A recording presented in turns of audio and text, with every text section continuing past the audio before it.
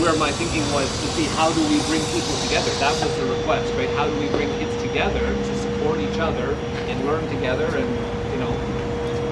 so. I think you need a task force and have me Well, around here help you with that. Move to one place and have it centralized and have one I class. don't have all the answers all No, I understand that. But it's really good to hear from the community. I like what someone said, the community is. Sorry, I can't be interrupted, sorry.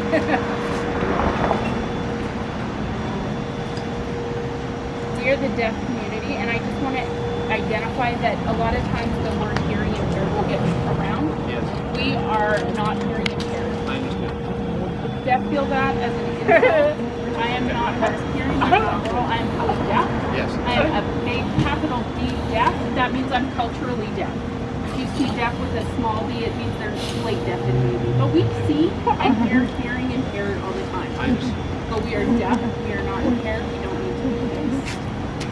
We're proud to be deaf. We're very proud to be deaf.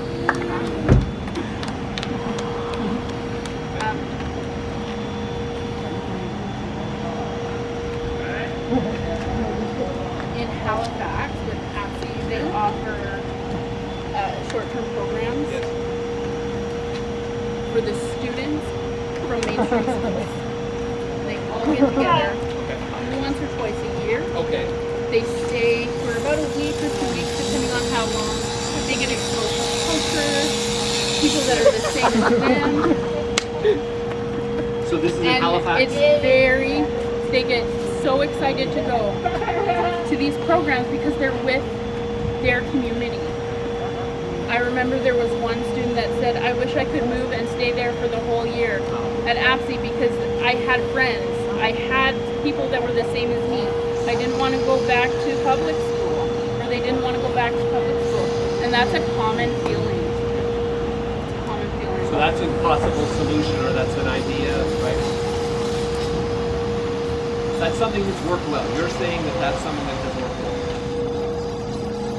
Yes, it sure has. They enjoy it, and they keep in contact for life. Well, that's true. I just want to make a comment here. With my experience, again, sadly it's not a good experience. Joanne taught me, she came to my home probably about 2 or 3, helped me with language. When I was about 5 and I was in kindergarten, I had Joanne in my classroom and I had an EA. Okay.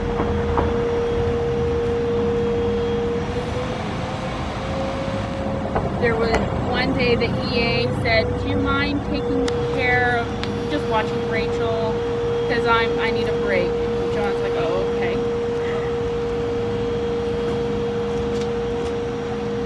And it was a lot of times people needed a break. Just watch Rachel, just babysit her, make sure she's okay. A lot of times after Joanne left the classroom, I didn't have anyone in the classroom that... That's what I thought. Okay. Thank you. Hi, Joanne. Yeah, I taught Rachel when she was younger.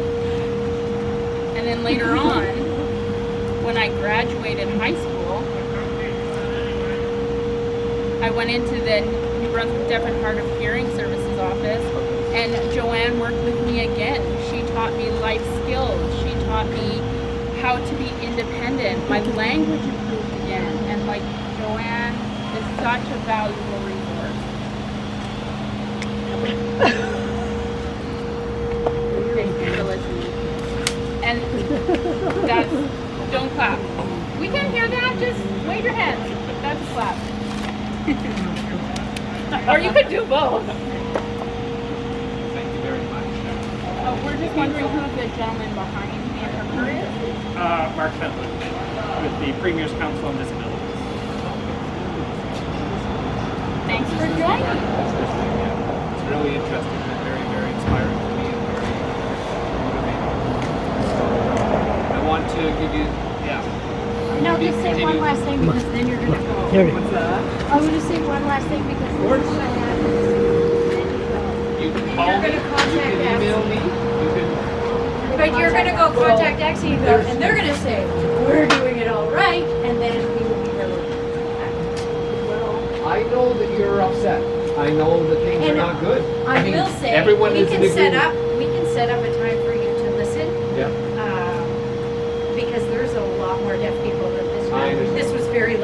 it. I understand. And so these are the people that could show up today, but Sure. you have a lot of other, like, But like you said, it's about every child, right? yeah. Yeah. There's many that couldn't come today just because of other work commitments. Nick wanted to, but they're here in spirit and supporting us. So you have the number, and I don't mind if email or phone, you have George's number as well. You can continue to call. No problem. Kim is here.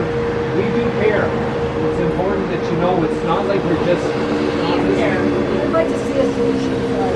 I know. I got 5 years left. I'd like to see a solution. Well, we need your help. I think that's obvious, right? And again, I didn't know about the whole thing with APSI. I'll be very curious to go and do some more investigation. Just please listen more to the deaf community than you Yeah. listen to us. Okay. They like to make everything seem good. They Right. cover things up for many years. We're not stupid. We know. Yeah. Listen to the community. Listen to the stories of our community. Is it this distinction between deaf and hard of hearing? Like that's the real separation? Is that true? I'm hard of hearing. Yeah. I'm a product of APSI. Yes. I was mainstream, but I was in deaf class, so I was about from 4.5 to grade 1. Yeah. And I find myself, even though classified medically hard of hearing, I identify with the deaf I community. understand.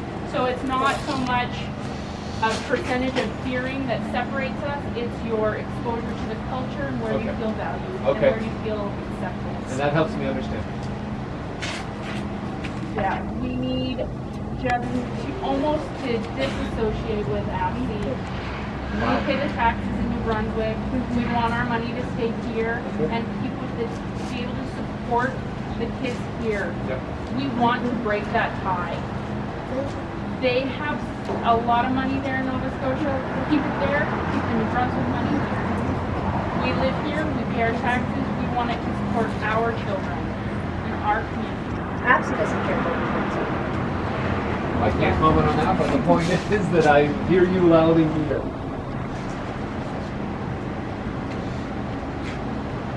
Interpreting for the community, our interpreters are so involved. When you have an APSI K-12 interpreter, they do not get involved in the community. And it's a money thing, I'm going to be honest. All interpreters that think about money only do not get involved in the deaf community. I see. And the interpreters that want to be involved, they're there for the community.